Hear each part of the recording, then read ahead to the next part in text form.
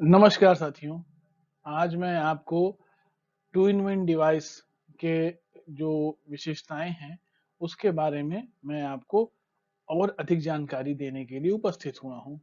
जैसा कि मेरी पिछली वीडियो में आपने इस टू इन वन डिवाइस के उपयोग और काम को समझा और उसमें बहुत से टॉपिक्स हैं जो उस वीडियो में छूट गए थे। अगर सारे टॉपिक्स हम एक ही वीडियो में कवर करने लगेंगे तो ये 1 घंटे से ऊपर की वीडियो हो जाएगी। इसलिए अलग अलग टॉपिक्स को हम छोटी छोटी वीडियो के रूप में बनाने की कोशिश कर रहे हैं। आज हम ये देखेंगे कि इस वीडियो में हम ये जानेंगे कि हमें इस मिनी एटीएम सर्विस या कार्ड स्वाइप सर्विस में क्या करना है और क्या नहीं करना है, किस चीज को करने का हमें अधिकार दिया गया है और किस चीज को करने का अधिकार नहीं दिया गया है, और जो उसमें हमें फंड प्राप्त होता है, हालांकि वो फंड हमारा नहीं होता है लेकिन हमें प्राप्त होता है, तो वो कैसे प्राप्त होता है, कितना समय लेता है उस फंड को प्राप्त होने में। मैं आपका समय न लेते हुए मैं तुरंत टॉपिक पे आ रहा हूं। आप देखें, मैं एक बार समराइज कर दे रहा हूं। समराइज ये है कि हमारी two in one device machine है, इसमें मिनी एटीएम और कार्ड स्वाइप सर्विस दोनों है। जब हम मिनी एटीएम सर्विस चलाते हैं तो हम लोगों का पैसा निकाल के देते हैं, इसका एक हमें लाइसेंस प्राप्त हो जाता है और इस लाइसेंस के तहत हम ये काम करते हैं। हम ये जो पैसा लोगों का निकालते हैं ये हमारी बिक्री नहीं माना जाता है, क्योंकि ये लोगों का पैसा है। हमें जो कमीशन प्राप्त होता है वही हमारा है और उसी पे हमें आईटीआर फाइल करना है। ये हमारे लिए एक एडिशनल इनकम की तरह है कि जो हम कारोबार कर रहे हैं उस कारोबार को करते हुए हम अतिरिक्त आय प्राप्त कर सकें। इसमें एक एमडीआर चार्ज का होता है, ये एमडीआर चार्ज आरबीआई लेती है और इसे card swipe machine service provider को वहन करना पड़ता है। इसे कस्टमर नहीं वहन करता, जिसने मशीन ली है ये उसको वहन करना पड़ता है। इसमें आधार, पैन, बैंक पासबुक और दुकान का पंजीकरण प्रमाण पत्र लगता है और उसमें दो चीजें चाहिए, एक स्मार्टफोन और एक इंटरनेट हमें चाहिए इस मशीन के साथ पेयर बनाने के लिए। अच्छा, इसमें और यहाँ जानने की जरूरत है कि मिनी एटीएम सर्विस में जो ट्रांजैक्शन है वो कैसे होता है। जैसा इसमें आप देख रहे हैं, वीडियो में बना हुआ है कि इसमें रियल टाइम ट्रांजैक्शन होता है, यानी कि जैसे ही कस्टमर आपकी मशीन पे अपना कार्ड स्वाइप करता है और उसके खाते में पैसा है और ये ट्रांजैक्शन सफल होता है तो उसके खाते से पैसा कट के आपके वैलेट में आ जाता है। आप वॉलेट में आ गया, आप वॉलेट को चेक कर लेते हैं, वॉलेट में अगर पैसा है तो आप कस्टमर को वो पैसा दे सकते हैं।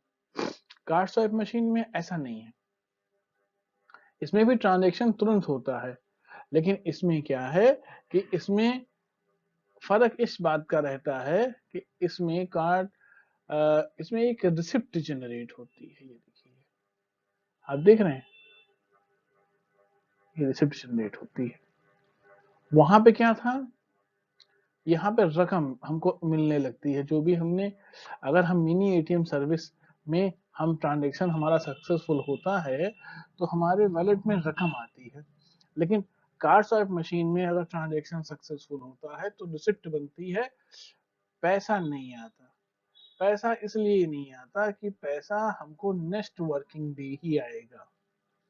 ये देखिए, मैंने साफ साफ इस चीज को मैंने यहाँ पे इसका उल्लेख कर दिया है कि पैसा हमें नेक्स्ट वर्किंग डे, मतलब कस्टमर के सफल संचालन की, सफल ट्रांजैक्शन की जो रकम है वो कार्ड स्वाइप संचालक के वॉलेट में नेक्स्ट वर्किंग डे आएगी। मान लीजिए आज सोमवार है, आज हमने कार्ड स्वैप किया, ट्रांजैक्शन सफल रहा, तो ये पैसा हमें मंगलवार में दोपहर के बाद प्राप्त होगा। हाँ, इतना आप समझ लीजिए। अगर शनिवार को हमने किया तो संडे नॉन वर्किंग होता है, इसलिए हमें ये पैसा नहीं मिलेगा, हमें सोमवार को ही पैसा मिलेगा। अगर सोमवार को भी कोई अवकाश पड़ गया तो मंगल को मिलेगा। मतलब नेक्स्ट अगले कार्य दिवस, जो भी अगला कार्य दिवस होगा उसमें दोपहर के बाद ही पैसा आपको प्राप्त होगा। इतना इसमें ये सिस्टम रहता है, ये आपको देखना पड़ेगा। हाँ, अगर आपकी रिसिप्ट सक्सेसफुल हो गई है, रिसिप्ट बन गई है, तो आप कस्टमर को सामान जो भी उसने परचेज किया है आप दे सकते हैं। ओके, हाँ, इसमें और बातें भी ध्यान में रखने वाली हैं, ये हम आपको आगे और बताते हैं। तो इसको मिटा दें, इस रकम को और रिसिप्ट को और ये नेक्स्ट वर्किंग डे को। अब यहाँ देखिए मिनी एटीएम सर्विस की हम बात कर रहे हैं कि हमें क्या करना है और क्या नहीं करना है। देखिए वैलेट में रुपया आ जाए तो उसकी एक रजिस्टर बनाइए, हाँ जरूरी है, और ये सरकार द्वारा निर्धारित है। अगर आप वैलेट में अगर आप काम करने निकले हैं मिनी एटीएम का और रजिस्टर नहीं बना रहे हैं तो आप समस्या में फंस जाएंगे, ये चीज आप जान लीजिएगा। रजिस्टर का क्या प्रारूप है ये मैंने नीचे दे दिया है कि दिनांक, कस्टमर का नाम, कस्टमर की बैंक का नाम, किस बैंक का से वो पैसा निकाल रहा है, उसके एटीएम कार्ड की संख्या, उसकी रकम और कस्टमर के हस्ताक्षर। असल में क्या होता है कभी कभी कस्टमर भी बहुत तरह के आते हैं, वो आपसे पैसा निकालेंगे फिर जाके अपने बैंक में कंप्लेन कर देंगे कि आप तो 1,000 रुपए निकालने गए थे और उन्होंने 10,000 रुपए निकाल लिए। अब जो मिनी एटीएम सर्विस संचालक है उसके पास कोई प्रूफ ही नहीं रहता कि वो अपनी बात साबित कर सके। उल्टे में इस तरह के मैटर में देखा गया है कि जो हमारा ये मिनी एटीएम सर्विस संचालक है इसकी बात मानी नहीं जाती क्योंकि उसके पास कोई प्रूफ नहीं होता है और उसे वो पैसे भरने ही पड़ते हैं। अगर हमारा ये मिनी एटीएम सर्विस संचालक इस तरह के रजिस्टर बनाता है, उसमें डेट, कस्टमर का नाम, कस्टमर के बैंक का नाम, एटीएम कार्ड नंबर, उसकी निकाली गई रकम और सबसे बड़ी चीज है कस्टमर का हस्ताक्षर। ये कस्टमर का हस्ताक्षर होना बहुत जरूरी है। बिल्कुल बिल्कुल, बिना इसके काम नहीं बनेगा, ये बहुत जरूरी है।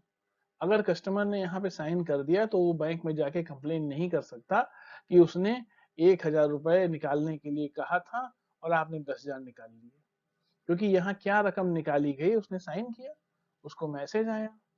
कुछ मिनी एटीएम सर्विस संचालक भी दुष्ट होते हैं, वो लोगों का 1,000 रुपए निकालने आते हैं, लोग उनका 10,000 निकाल लेते हैं। वो लोग सीधे साधे लोग होते हैं, समझ नहीं पाते हैं और अपना रकम गंवा देते हैं। तो हमको यहाँ दोनों के ही हित को देखना है, हमें मिनी एटीएम सर्विस संचालक का हित देखना है और हमें अपने ग्राहकों का भी हित देखना है।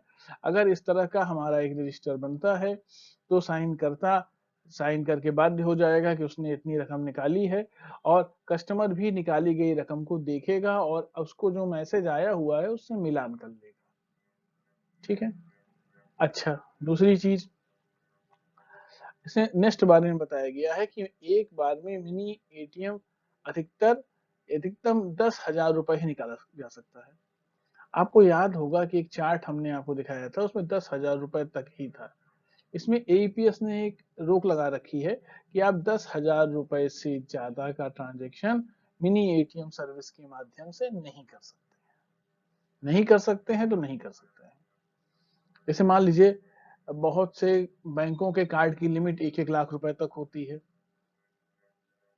जहां तक मेरी जानकारी है, सही या गलत मैं उसमें ये नहीं कोट करूंगा कि नहीं मैं सही ही हूँ। जहां तक मुझे पता है कि स्टेट बैंक के कार्ड की लिमिट जो होती है वो 40,000 रुपए होती है, मतलब सेविंग बैंक के कार्ड की। केनरा के बैंक की जो लिमिट होती है वो 40,000 होती है, लेकिन बड़ौदा के कार्ड की लिमिट 10,000 25,000 रुपए होती है। तो अलग अलग बैंकों की अलग अलग कैटेगरी के कार्ड हैं और उनका अलग अलग उनकी विड्रॉ की लिमिट है। मैं उसके में नहीं जाना चाहता हूँ। मेरा ये कहना है कि एक बार में अधिकतम 10,000 रुपए ही विड्रॉ किए जा सकते हैं। अगर आपके कार्ड की लिमिट 50,000 है तो आप 50,000 विड्रॉ नहीं कर सकते हैं। आपको 10-10 हजार के 5 ट्रांजेक्शन करने पड़ेंगे निकालने के लिए। जी, इसी चीज को मैंने समझाया है कि 10,000 से अधिक की रकम 10,000 के एक से अधिक ट्रांजैक्शन के माध्यम से निकाले जा सकते हैं। यानी 10,000 से ज्यादा की रकम है वो 10,000 से ज्यादा के मल्टीपल ट्रांजेक्शन के रूप में निकाले जा सकते हैं। मान लीजिए 25,000 निकालना है तो 10-10 हजार के 2 ट्रांजेक्शन और 5,000 का एक ट्रांजेक्शन। निकल आएगा आपका पैसा।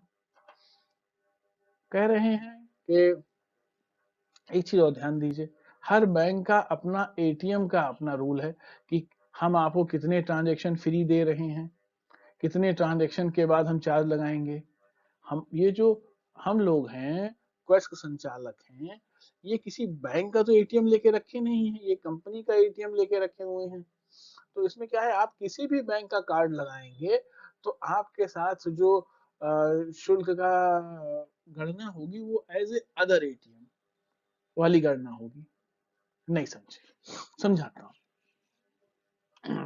ऐसे समझाता हूँ, जैसे मान लीजिए कि मैं बैंक ऑफ बड़ौदा का कस्टमर हूँ, तो मैं बैंक ऑफ बड़ौदा की मशीन पे जाके जब कार्ड लगाऊंगा तो मुझे कुछ ट्रांजैक्शन फ्री मिलेंगे, उसके बाद कुछ ट्रांजैक्शन पे मुझे चार्ज देना होगा। वहीं मैं अगर बैंक ऑफ बड़ौदा का कस्टमर हूं और मैं पीएनबी के एटीएम पे जाके कार्ड लगाता हूं तो मुझे कुछ ट्रांजैक्शन वहां भी फ्री मिलेंगे और कुछ पे चार्ज लगने लगेगा। तो मेरा समझाने का मतलब ये है कि हम जो हमारे मिनी एटीएम सर्विस जो हम चला रहे हैं उसका बिहेव आपके एटीएम कार्ड के प्रति एज ए अदर एटीएम का व्यवहार होगा। नहीं समझ पा रहे हैं भाई, फिर समझाता हूँ। जैसे मान लीजिए मैं बड़ौदा का कस्टमर हूँ, बड़ौदा के एटीएम कार्ड पे जाके मशीन पे जाके इस्तेमाल करूंगा, तो चूंकि मैं उनका कस्टमर हूँ वो मुझे कुछ फैसिलिटी देंगे, कुछ मुझे फ्री ट्रांजेक्शन दे देंगे और चार्ज भी मुझसे अगर अगर फ्री के बाद मैं यूज करूंगा तो कुछ छोटे मोटे चार्ज हमसे ले लेंगे। लेकिन वहीं अगर मैं पीएनबी की मशीन पे जाके काम करूंगा तो मैं पीएनबी का कस्टमर तो हूँ नहीं, तो मेरे लिए उनके जो क्राइटेरिया है वो कुछ अलग होगी। सेम यही स्थिति होगी जब आप मेरे आउटलेट पे आएंगे। मेरे आउटलेट में आएंगे तो हमारी जो मशीन है वो आपके कार्ड के प्रति as a other bank ATM का बिहेवियर करेगी। समझ में आई बात? हाँ, अब आप मेरे ख्याल से आपको मेरी बात समझ में आ गई होगी। और आपने मेरे यहाँ आके मशीन यूज की या मेरे किसी मिनी एटीएम सर्विस संचालक के यहाँ विजिट करके अपने कार्ड को यूज करके पैसा निकाला, तो कुछ चार्ज उसका जो पड़ेगा, अब वो क्या चार्ज पड़ेगा हम नहीं जानते, क्योंकि हमने कोई चार्ज नहीं लिया, हमने हमारी कंपनी ने आपसे कोई चार्ज नहीं लिया। जो भी चार्ज आपके खाते से कटेगा वो आपका बैंक आपके खाते से काटेगा, क्योंकि हमें क्या पता कि आपने फ्री ट्रांजैक्शन की लिमिट पूरी कर ली है। अब आपके जो भी ट्रांजैक्शन है वो चार्ज हैं, उस पर चार्ज लगेगा। हमें क्या पता आपने अब तक कितने ट्रांजैक्शन कर लिए हैं। तो आपने मेरे यहाँ कार्ड लगाया, हमने आपको पैसे दे दिए और जो भी मुझे कमीशन बनता है वो मुझे एनपीसीआई से कमीशन आ गया। अब कोई चार्ज लगता है जो आपका बैंक वसूलता है आपके खाते से, तो वो आप और आपके बैंक के बीच का मैटर है। उसमें मैं या मेरा कोई रिटेलर या कहीं का भी कोई मिनी सर्विस संचालक उसके लिए उत्तरदायी नहीं है। इसी चीज को मैंने लिखा है कि आप ये देखेंगे, इसी चीज को मैंने लिख दिया है कि एटीएम कार्ड पर लगने वाला शुल्क बैंक नियमों के अनुसार होगा। देखिए मैं इसको हाईलाइट कर दूं पहले, यही है कि एटीएम कार्ड पर लगने वाला शुल्क बैंक नियमों के अनुसार होगा, जो बैंक कस्टमर के बैंक खाते से लेगा, यानी जो बैंक है वो अपने बैंक के कस्टमर के खाते से लेगा वो बैंक के नियमों के अधीन होगा। उसमें मिनी एटीएम संचालक की कोई भूमिका बिल्कुल नहीं होगी। और अब मैं अपने मिनी एटीएम संचालक को बता रहा हूँ कि अगर किसी तरह की कोई समस्या होती है, तरह तरह की समस्या है कि ट्रांजेक्शन बैंक से कट गया, आपके वैलेट में नहीं आया, या ट्रांजेक्शन फेल हो गया, या तमाम तरह की सर्वर की प्रॉब्लम है वो आती रहती है, उसमें कुछ कहा नहीं जा सकता है।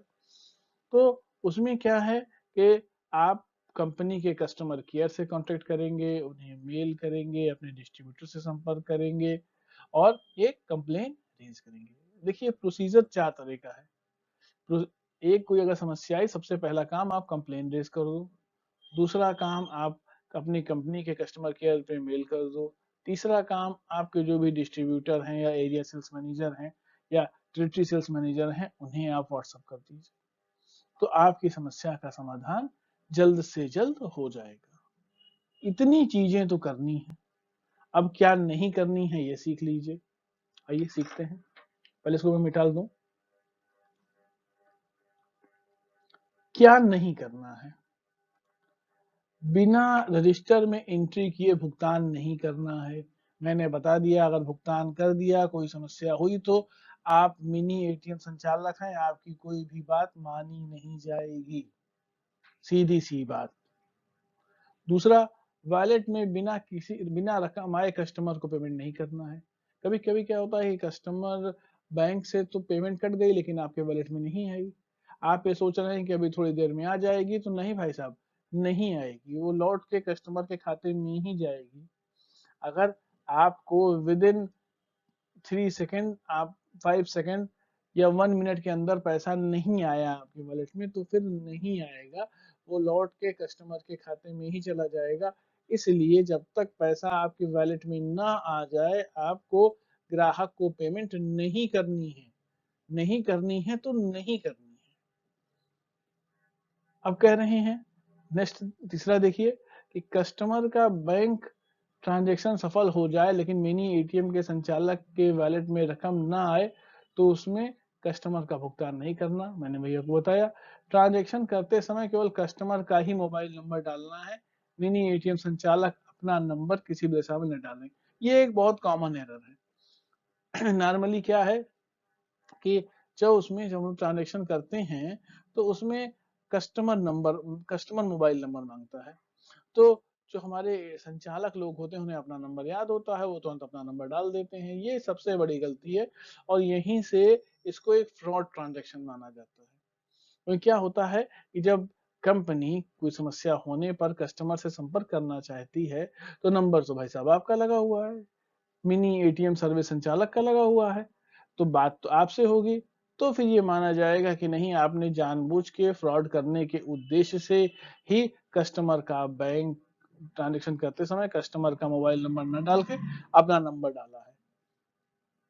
ट्रांजेक्शन हो न हो, कस्टमर आए ना आए, कुछ भी हो जाए, लेकिन मोबाइल नंबर कस्टमर का ही पड़ेगा। हाँ, ये कोई जरूरी नहीं है कि वही नंबर डाला जाए जो बैंक में रजिस्टर है। कस्टमर का के अक्सर केसेस में क्या होता है कि बैंक में कोई और नंबर रजिस्टर होता है जो उन्हें पता भी नहीं होता है, उनके हाथ में दूसरा नंबर होता है, जो उनके हाथ में नंबर है आप वही डाल दीजिए, क्योंकि कंपनी बाद में उस नंबर पे कॉल करके उनसे बात तो कर सके अगर कोई समस्या होती है तो। ध्यान दीजिए इस चीज का। अच्छा, आइए नेक्स्ट देखते हैं। कार्ड स्वाइप मशीन के भी कुछ ऐसे ही नियम है। भाई नियम तो है, नियम पे चलना पड़ेगा, नहीं तो फिर दुर्घटना हो जाएगी। दुर्घटना से भाई देर भली। क्या करना है कार्ड स्वाइप मशीन में? कह रहे हैं कस्टमर द्वारा, पहला पॉइंट पर देखते हैं हम क्या करना है। कस्टमर द्वारा डेबिट क्रेडिट कार्ड के माध्यम से खरीदी गई वस्तु का बिल बनाना है। अब जाहिर सी बात है, ये तो पैसा निकालने वाला काम है नहीं। ये तो सामान जो दुकानदार लोग करते हैं कि उन्होंने अपना सामान बेचना है, वो कार्ड से पेमेंट ले रहे हैं। तो जो भी उन्होंने कस्टमर ने आपके यहाँ से जो सामान खरीदा उसका बिल बनाइए, क्योंकि क्योंकि कंपनी आपसे उस बिल को मांग सकती है। जरूरी नहीं है कि मांगेगी, लेकिन ऐसा देखने में आया है कि 10-15 ट्रांजेक्शन होने के बाद कंपनी एक बिल मांग जरूर लेती है। और आप मांग अगर आपके पास बिल नहीं है, तो इस दशा में आपका पेमेंट का भुगतान नहीं होगा या देर से होगा। तो इसलिए प्लीज आप जो भी सामान बेचें उसका बिल जरूर बनाएं। अगर कोई समस्या आ रही है तो हमारे प्रोसीजर वही हैं कि सबसे पहले कंप्लेन कीजिए, फिर अपने कंपनी को मेल कीजिए, फिर अपने टीएसएम से बात कीजिए, फिर अपने डिस्ट्रीब्यूटर से बात कीजिए, आपको हल मिल जाएगा। अच्छा, बिल जब बन जाए, आपको याद होगा कि हम वहां भी रजिस्टर बना रहे थे, मिनी एटीएम सर्विस में भी रजिस्टर बना रहे थे, हम यहाँ भी रजिस्टर बनाएंगे। लेकिन यहाँ रजिस्टर जैसा नहीं रहेगा, जो हमने बिल काटा है तो बिल में डेट मिल जाएगी, खरीदार का नाम मिल जाएगा, हमें जो नहीं है वो डालना है, जैसे ATM card number. ATM card से आपने किया है कि क्रेडिट कार्ड से किया है, कार्ड संख्या, रकम और कस्टमर के सिग्नेचर। बिल 2 प्रतियों में होते हैं ना, एक प्रति उसके पास रहेगी, एक प्रति आपके पास रहेगी। तो आप अपने सेफ्टी फीचर्स के लिए अपने आप को, अपने कागजी कार्रवाई को एकदम मजबूत रखें कि कल को कोई समस्या आपको न हो। नहीं तो यहाँ भी लोग झूठ बोलते हैं कि हमने 10,000 का सामान लिया था, इन्होंने 50,000 का कार्ड स्वैप कर लिया और हम जान नहीं पाए। तो ऐसे में ये हमें दोनों के हितों को ध्यान में रखते हुए काम करना है कि हमारा ग्राहक भी सुरक्षित रहे और हमारा जो कार्ड स्वैप संचालक है वो भी सुरक्षित रहे। वो तभी संभव होगा कि जब हम प्रॉपर अपने रजिस्टर को, अपने बिल को मेंटेन करेंगे। ठीक है। अच्छा, क्या नहीं करना है, एक ये भी बात है। पहला पॉइंट इसमें है कि कस्टमर से एमडीआर चार्ज नहीं लेना है। जो एमडीआर का भुगतान होता है, इसको चुकाने की जिम्मेदारी दुकानदार की होती है, ना कि कस्टमर की। और कस्टमर कंप्लेन कर दे कि आप एमडीआर का चार्ज उससे मांग रहे थे, तो आप समस्या में आ जाएंगे। इसलिए जो एमडीआर का भुगतान है वो आपको ही देना है। नॉर्मली केसेस में क्या होता है कि जितने का आपने स्वैप किया है उसमें से एमडीआर काट के शेष पैसा आपका भुगतान होता है। जैसे मान लीजिए मैं आपकी दुकान पे आया, मैंने 100 रुपए का सामान खरीदा, तो एमडीआर चार्ज मेरा लगना चाहिए। तो मेरा एमडीआर चार्ज, दुकानदार का एमडीआर चार्ज कटना चाहिए। मैं तो ग्राहक हूं ना, मैं आपके यहाँ आया और मैंने 100 रुपए का सामान खरीदा और मैंने क्रेडिट कार्ड से भुगतान कर दिया। तो अब आपको 2 रुपए 36 पैसे, मैंने कहा ना 2.36% आपको कम मिलेगा। उतना पैसा आपको काट के कंपनी भुगतान करेगी। अच्छा, यहाँ एक पॉइंट ये भी है कि लोग कहते हैं नहीं नहीं सर इतना नहीं है, कोई कोई 0.4 लेता है, कहीं कोई 0.5 लेता है, और सर आप तो 2% बता रहे हैं। देखिए, ये अलग अलग बैंकों का अलग अलग नियम है कि आप 1 लाख रुपए मेंटेन कीजिए तो हम 0.4 काट लेंगे, आप 2.5 लाख मेंटेन कर लीजिए हम कुछ नहीं काटेंगे। वो देखिए, एक नॉर्मल प्रोसीजर ये है। बाकी कुछ इंट्रोडक्टरी ऑफर आ जाते हैं, 6 महीने तक हम नहीं काटेंगे, 6 महीने के बाद काटेंगे। कहाँ तक हम इसमें बहस करेंगे। ठीक है, नॉर्मल जो प्रोसीजर है, जो सिनेरियो है, मैंने बता दिया। बाकी हर बैंक, हर वित्तीय संस्था अपने अपने कस्टमर को रिझाने के लिए, अपना अपने कस्टमर को बनाने के लिए तरह तरह के प्लान्स लेके आती है। उसमें मैं वो डिस्कशन नहीं करना चाहूंगा। कोई कहेगा कि 5 लाख मेंटेन कर लीजिए, कोई कहेगा 20 लाख का ट्रांजेक्शन कर लीजिए, सो ऑन, मैं उसमें नहीं पढ़ना चाहता। नॉर्मल सिनेरियो यही है। और जैसा मैंने आपको बताया कि ये जो स्वैप की सर्विस है, ये वस्तु को बेचकर उसका भुगतान प्राप्त करने की सर्विस है। ये पैसा निकालने की सर्विस नहीं है। क्यों? तो एक अगर कंपनी ने बिल मांग लिया कि बिल दो, और बिल आप नहीं दे पाए तो भुगतान तो हम आपको लटका देंगे।